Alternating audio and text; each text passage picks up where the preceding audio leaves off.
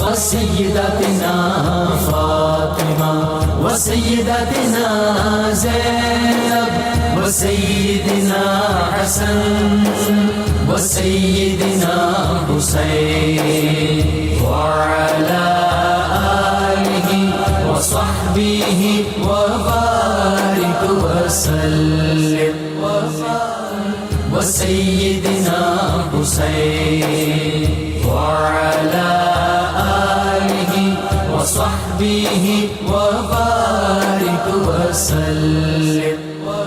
الحمدللہ رب العالمین والصلاة والسلام علی سید الانبیاء والمرسلین. اللہم صلی علی سیدنا و مولانا محمد وعلی آلہ واصحابہ وبارک وسلم وصلی علیہ.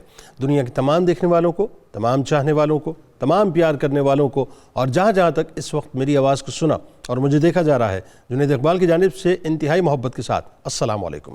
ایک بار پھر ناظرین، آپ کو پر نور صبح میں صبح نور کے ساتھ میں دل کی گہرائیوں سے خوش آمدید کہتا ہوں. اور آئیے بلا توقف چلتے ہیں حضرت ابو انیس محمد برکت علی علیہ رحمہ کی تالیف اسماء نبی الکریم صلی اللہ علیہ وآلہ وسلم سے رسول اللہ صلی اللہ علیہ وآلہ وسلم کا ایک اسم مبارک پڑھنے اور سننے کی سعادت حاصل کرتے ہیں. سیدنا خیر الانام صلی اللہ علیہ وآلہ وسلم، ہمارے سردار تمام جہانوں سے بہتر درود و سلام بھیجے اللہ آپ صلی اللہ علیہ وآلہ وسلم پر، آپ صلی اللہ علیہ وآلہ وسلم کے آل پاک پر اور صحابہ کرام رضوان اللہ تعالیٰ علیہم اجمعین پر. حضرت جابر بن عبداللہ رضی اللہ تعالیٰ عنہما سے روایت ہے کہ حضور نبی کریم صلی اللہ علیہ وآلہ وسلم فرمایا کہ جس شخص میں 3 صفات ہوں، اللہ تبارک و تعالیٰ اس کے لیے موت کے لمحات آسان فرما دیتا ہے اور اسے جنت میں داخل فرماتا ہے. پہلی بات کمزوروں کے ساتھ نرمی، دوسری بات والدین کے ساتھ محبت و شفقت، اور تیسری بات اپنے ماتحتوں کے ساتھ حسن سلوک. ناظرین کرام، ہمارے ساتھ ضرور رہیے. آج انتہائی ممتاز شخصیت کی بارگاہ میں ہدیہ عقیدت پیش کریں گے. 6 صدی ہجری میں ہمارے ساتھ آپ کو چلنا ہے. حضرت سیدنا احمد سلطان سخی سرور رحمۃ اللہ علیہ کی بارگاہ میں ہدیہ عقیدت انشاءاللہ مل کے پیش کریں گے. بات یہ ناظرین کرام، اللہ رب العزت نے انبیاء کرام علیہم السلام کے بعد اس زمین پر کچھ ایسے نفوس پیدا فرمائے جن کی زندگی اور کردار ضلالت و گمراہی اور بے راہ روی کے اندھیروں میں بھٹکنے والوں کے لیے چراغ راہ ہدایت بنی. بھٹکنے والے ناظرین ایسے تھے جو بھٹکتے جا رہے تھے، اور سنبھالنے والے ایسے تھے کہ جن کو اللہ تعالیٰ نے اس نور سے منور کر کے بھیجا تھا جو اللہ تبارک و تعالیٰ کی دین کی طرف ان کو بلاتے تھے، جو جہالت کے اندھیروں کو اپنے علم اور اپنی تعلیم کے نور سے روشنی میں بدلتے رہے، جنہوں نے اپنی پوری زندگیاں دین کے لیے وقف کر دیں. بر صغیر ناظرین اس اعتبار سے آپ جانتے ہیں کہ خوش نصیب ترین خطہ ہے جو اولیاء کرام کے قدموں سے ہمیشہ ہی مہکتا رہا. صرف یہی نہیں ناظرین، بلکہ یہ خطہ سادات کرام کے نور سے بھی منور ہوتا رہا. 6 صدی ہجری کی ایک ایسی ہی ممتاز ہستی جو چمن سادات کے انتہائی خوشبودار پھول ہیں، جو پیران پیر حضرت شیخ عبد القادر جیلانی رضی اللہ تعالیٰ عنہ کے پیارے ہیں، اور سلسلہ چشت و سلسلہ سہروردیہ کے تارے بھی ہیں، جن کے ذاتی اوصاف بے مثال ہیں اور جن کی عملی تعلیمات لا زوال ہیں، جو اپنی ذات میں بے انتہا سخی تھے اور صفت عفو درگزر میں غنی تھے، جو سید السادات ہیں، جو شہنشاہ طریقت ہیں، جو عاشق مصطفیٰ صلی اللہ علیہ وآلہ وسلم ہیں، جو اولاد زہرا و مرتضیٰ ہیں، جو نسل آل حسین کربلا ہیں، جو جرت عباس وفا ہیں، جو سرتاج الاولیاء ہیں، جو شیخ المشائخ ہیں، جو غوث جلی ہیں، جو قاسم فیوزات ہند الولی ہیں، عارف کامل بھی ہیں، علامہ زما بھی ہیں، فخر المتقدمین بھی ہیں، حجت المتاخرین بھی ہیں، سید العلماء الکاملین بھی ہیں، مظہر صدق و وفا بھی ہیں، مظہر صدق و صفا بھی ہیں، پیکر تسلیم و رضا بھی ہیں، منبع جود و سخا بھی ہیں، مرجع ہر خاص و عام بھی ہیں، شہزادہ غوث الورا بھی ہیں، جنہیں دنیا انتہائی ادب سے قبلہ عالم حضرت سیدنا شاہ احمد سلطان سخی سرور گیلانی قادری چشتی نظامی سہروردی رحمۃ اللہ علیہ کے نام سے یاد کرتی ہے. ناظرین کرام، آپ رحمۃ اللہ علیہ کا شمار نامور اور اکابر اولیاء کرام میں ہوتا ہے. آپ صرف نام کے سلطان ہی نہیں تھے بلکہ باطنی دنیا کے بھی سلطان تھے. آپ رحمۃ اللہ علیہ کی طبیعت میں سادات کے گھرانے کی وہ سخاوت، وہ جود و کرم کی رمق بدرجہ اتم موجود تھی. یہی وجہ ہے ناظرین کہ بے حد سخاوت اور دریا دلی کی وجہ سے سخی سرور کے نام سے آپ پکارے جاتے تھے. حضرت سلطان سخی سرور رحمۃ اللہ علیہ بچپن ہی سے ناظرین انتہائی ذہین و فتین تھے. اکثر اوقات اپنے والد گرامی سے شرعی مسائل سیکھتے رہتے تھے۔ آپ انتہائی عبادت گزار تھے، متقی و پرہیزگار شخصیت کے مالک تھے۔ ایک طرف تو آپ رحمۃ اللہ علیہ نے مشائخ کرام کی بارگاہ میں حاضر ہو کر فیضیاب ہونے کا سلسلہ جاری رکھا، تو دوسری طرف ناظرین آپ رحمۃ اللہ علیہ نے کئی اسفار کیے، یعنی اللہ کے دین کا پیغام پہنچانے کے لیے اللہ کی زمین پر اللہ کے بندوں سے ملتے رہے۔ مگر ایک وقت ایسا آیا کہ ڈیرہ غازی خان میں کوہ سلیمان کے دامن میں مستقل آپ نے رہائش اختیار کر لی، یعنی کوہ سلیمان کے دامن میں تشریف فرما ہو کر خلق کو اپنے دامن سے آپ وابستہ کرتے رہے۔ اللہم صلی علی سیدنا فاطمہ و سیدتنا زینب و سیدنا حسن حضرت سخی سرور سلطان رحمۃ اللہ علیہ، نام کے سلطان نہیں بلکہ آپ تو باطنی دنیا کے بھی سلطان، خاندانی تعارف بتلائیے۔ پھر جو آپ رحمۃ اللہ علیہ کے والد کے بارے میں جب ہم پڑھتے ہیں تو اللہ تعالیٰ نے بڑا آپ کو ایک خاص مقام و مرتبہ عطا کیا۔ وہ کیا ہوا کہ مدینہ پاک میں 22 برس گزارے اور پھر اس کے بعد سرکار علیہ السلام کا عزم ہوا اور خاص طور پر پنجاب میں ڈیوٹی لگائی گئی، بتائیے ذرا۔ بسم اللہ الرحمن الرحیم۔ شروع میں جیسے آپ نے فرمایا اللہ تعالیٰ کے نظام ہدایت کی حفاظت اور اس کی ترویج کا اللہ نے باقاعدہ ایک سسٹم بنایا ہے۔ حضور نبی اکرم صلی اللہ علیہ وسلم نے اپنی اولاد کے بارے میں جو محبت مانگی اس کی بنیادی وجہ بھی یہ تھی کہ میری جو اولاد ہے یہ دین اسلام کی حفاظت و ترویج میں نمایاں کردار ادا کرے گی، اللہ بلکہ ان کا جو فیضان ہوگا وہ چونکہ میرے ساتھ نسبی اور حسبی اعتبار سے یہ بڑی موافقت رکھتے ہوں واہ گے واہ، تو ان کے فیضان میں کلیئرٹی بڑی زیادہ ہوگی۔ کیا اچھی بات۔ تو یہی وجہ تھی کہ حضرت سید احمد آپ کا نام تھا اور آپ نے سخی سرور کے نام سے شہرت پائی۔ واہ، اب وہ نام بھی بتاتا ہے کہ بلکہ ایک لقب آپ کا لکھ داتا بھی تھا، کہ آپ کسی کو دینے پر آ جاتے تو لاکھوں دے دیتے تھے، ہائے ہائے ہائے تو یہ رنگ بھی آپ میں تھا۔ واہ، تو آپ کے جو والد صاحب تھے ان کا نام تھا سید زین العابدین، اور آپ کے دادا کا نام تھا سید عمر، اور پردادا کا نام تھا سید عبداللطیف۔ سبحان اللہ، کیا سادات حسینی کا جو قافلہ ہے یہ تبلیغ کرتے کرتے پہلے تو انہوں نے مرکز بنایا بغداد میں۔ ٹھیک ہے، بغداد میں مرکز بنانے کے بعد ان کے والد صاحب پھر مدینہ منورہ شفٹ ہوئے۔ تو لگتا یہ ہے کہ ان سادات کو جو فیوز کے منابع ہیں نا، فیوز کے منابع جگہوں کے اعتبار سے خانہ کعبہ اور پھر مدینہ منورہ، سبحان اللہ، جہاں سرکار دو عالم صلی اللہ علیہ وسلم کا روحانی فیض ہر وقت بٹ رہا ہے، یعنی سرکار علیہ السلام نے اپنی آل کو اپنے پاس ہی بلوا لیا، اپنے پاس بلا لیا، ٹھیک، اور وہاں پھر آپ 22 سال اس جگہ پر رہے، واہ، علماء کی صحبت میں، اولیاء کی صحبت میں، سبحان اللہ، خود دین کی خدمت پر مامور رہے۔ اللہ، تو حضور نبی اکرم صلی اللہ علیہ وسلم کے ساتھ زیارات کا سلسلہ ان کا ویسے بہت چلتا ہے، تو حضور نبی اکرم صلی اللہ علیہ وسلم نے ان کو اذن فرمایا کہ آپ ہندوستان میں پنجاب کے اندر ملتان کے قریب چلے جائیں، سبحان، وہاں جا کر آپ رہائش رکھیں اور وہاں کے لوگوں کو دین اسلام کی آپ دعوت دیں۔ یہ بھی ایک دیکھیں، ہم تو یہ کہتے ہیں کہ حضور نبی اکرم صلی اللہ علیہ وسلم اب بھی صحیح کوئی طالب حق ہو، واہ، اور وہ چاہے کہ میری رہنمائی کی جائے، واہ، تو غیب کی تمام روحانی طاقتیں متوجہ ہو جاتی ہیں۔ کیا کہنے، بڑی اچھی بات آپ تو کر رہے ہیں، بلکہ واہ، کلر سبحان کہار اللہ، کے ایک بڑے مشہور آدمی ہیں، نام تو مجھے بھولا ہوا ہے، شاید ڈاکٹر صاحب ارشاد فرمائیں، نوید اظہر صاحب، وہاں ایک غیر مسلم تھا، اس کے دل میں شوق پیدا ہوا کہ مجھے جو کلمہ ہے وہ مسلمانوں کا جو نبی ہے سرکار دو عالم صلی اللہ علیہ وسلم خود خواب میں آ کر پڑھائے۔ اللہ، وہ چونکہ طلب صادق رکھتا تھا تو آپ باقاعدہ اس کے خواب میں آ کر اس کو کلمہ شریف پڑھا کے گئے۔ اللہ اکبر، اللہ، اس کا مطلب ہے کہ یہ ہدایت کے لیے ایک پورا میکانزم ہے، ایک سسٹم چل رہا ہے۔ تو حضور نبی اکرم صلی اللہ علیہ وسلم نے سید زین العابدین کو فرمایا جی آپ ملتان جائیں. یعنی آپ بات کر رہے ہیں سخی سرور سلطان رحمۃ اللہ علیہ کے والد گرامی کی. والد گرامی کی. ٹھیک ہے، ابھی ان تک بات چل رہی ہے. ان تک بات. وہ پھر ملتان میں جب تشریف لائے تو انہوں نے آ کر یہاں جب اپنا فیض بانٹا تو آپ کو پتہ ہے کہ یہ جو صوفیاء کے پاس بنیادی طور پر کیا ہوتا ہے، صوفی چونکہ علم کا، عمل کا، فیض کا ایک منبع ہوتا ہے. بے شک. اس نے علم بھی بانٹنا ہے، اس نے عمل بھی بانٹنا ہے. یہ صرف صاحب کال نہیں ہوتا، یہ صاحب حال بھی ہوتا ہے. اللہ. یہ ملنے والے پر صرف نگاہ ہی نہیں پھیرتا بلکہ اس کے دل اور روح پر پڑی ہوئی گرد تعصب کی، جہالت کی، کفر کی دھو بھی دیتا ہے. اس لیے جب آپ یہاں تشریف لائے تو کس علاقے میں تشریف لائے آپ؟ یہ شاہکوٹ کا علاقہ، یہ ملتان کے بالکل قریب ہے، 18-20 کلومیٹر کے فاصلے پر.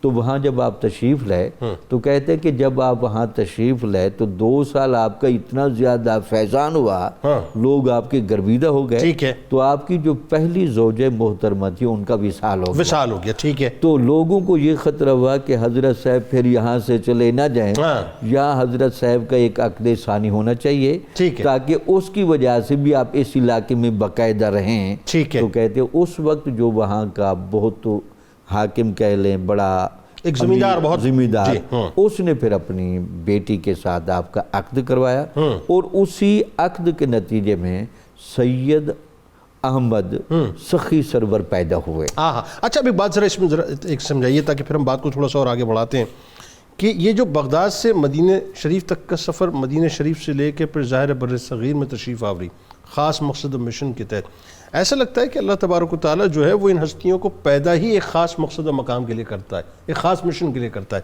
کہ تربیت کہیں اور ہو رہی ہے، زندگی کہیں اور گزار رہے ہیں، اور مشن جو ہے اس کو پورا کرنے کے لیے کہیں اور ڈیپیوٹ کیا جائے. بالکل ٹھیک.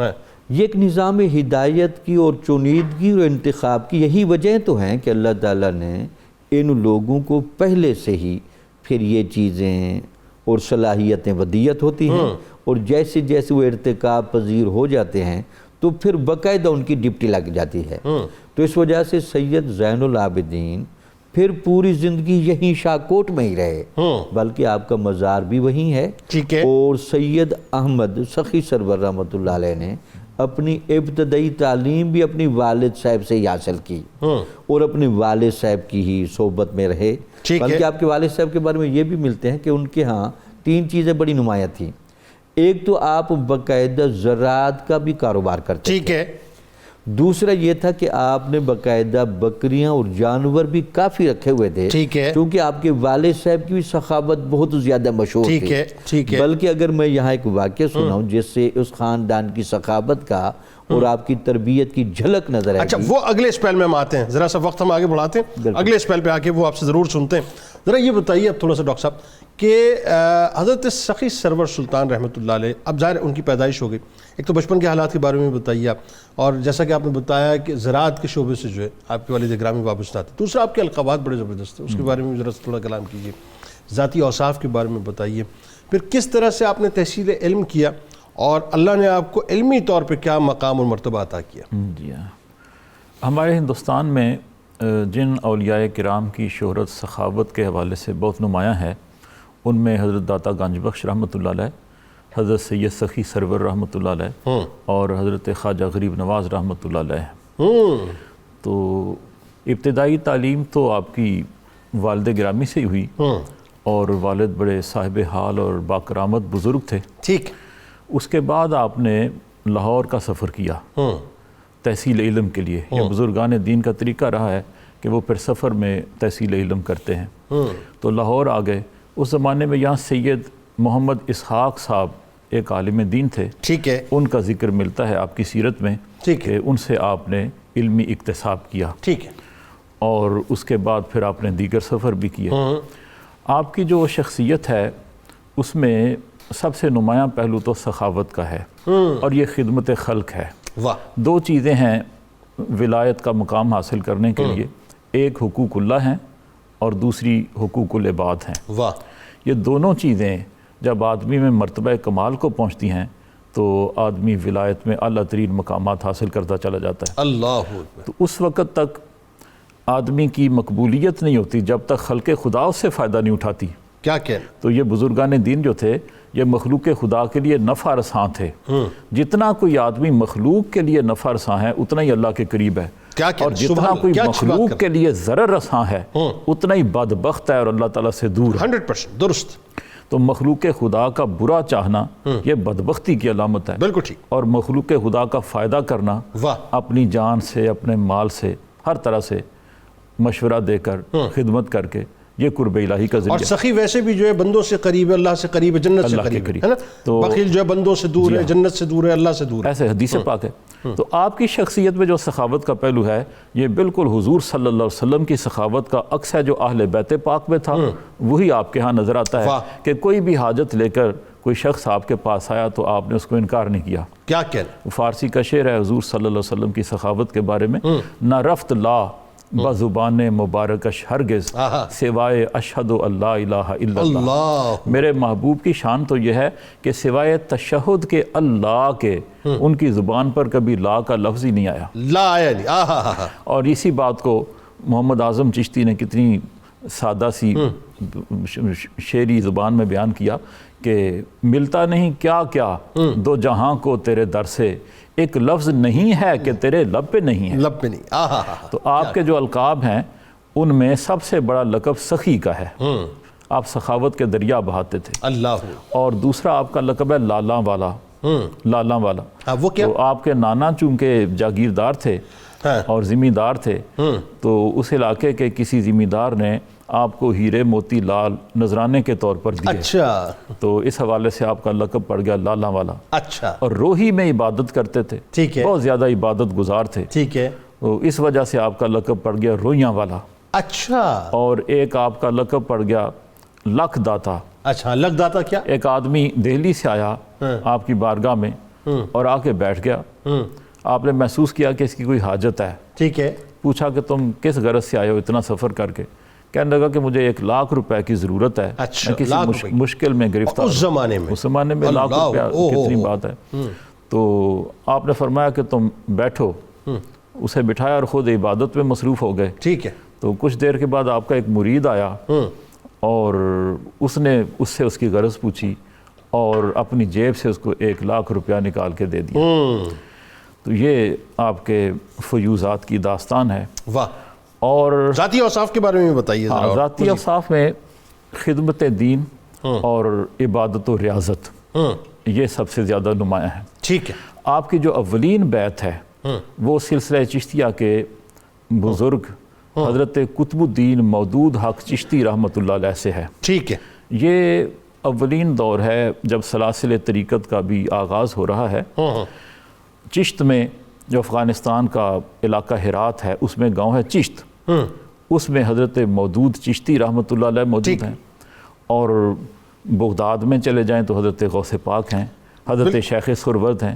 تو اس زمانے میں آپ نے حضرت مودود چشتی رحمۃ اللہ علیہ سے اولین بیعت کی سلسلہ چشتیہ میں. ٹھیک ہے. اور حضرت مودود چشتی رحمۃ اللہ علیہ وہ بزرگ تھے جن کو بارگاہ رسالت سے طی مکانی کی کرامت عطا ہوئی تھی. اللہ اکبر. آپ کی سیرت پاک میں آپ کی کرامت میں لکھا ہوا ہے کہ آپ آنکھیں بند کرتے تھے اور جب چاہتے تھے حرمین شریفین میں تشریف لے جاتے تھے. اور وہ تصور کے ساتھ نہیں ہوتا تھا، وہ جسمانی طور پر. اللہ اکبر. اس پہ گفتگو ڈاکٹر صاحب یہ بڑا ایک زبردست پہلو ہے اور اس پہ میں چاہتا ہوں کہ سلسلہ بیعت پہ اور خاص طور پہ جو مشائخ عظام سے آپ نے جو فیضیابی حاصل کی ہے اس پہ کلام ذرا میں چاہوں گا تفصیلاً کریں. لیکن ہمارے ساتھ چونکہ ملتان میں ڈاکٹر دیوان صاحب بھی موجود ہیں تو تھوڑا ان سے بھی استفادہ کرتے ہیں. ڈاکٹر صاحب ذرا یہ بتائیے حضرت سخی سرور سلطان رحمۃ اللہ علیہ کا، اب میں جب آپ کی حیات طیبہ کو پڑھ رہا تھا تو اس میں جو اللہ پر آپ کا توکل ہے خاص طور پہ وہ دیکھیے کیسا کمال ہے، وہ آپ نے بتانا ہے ہمیں.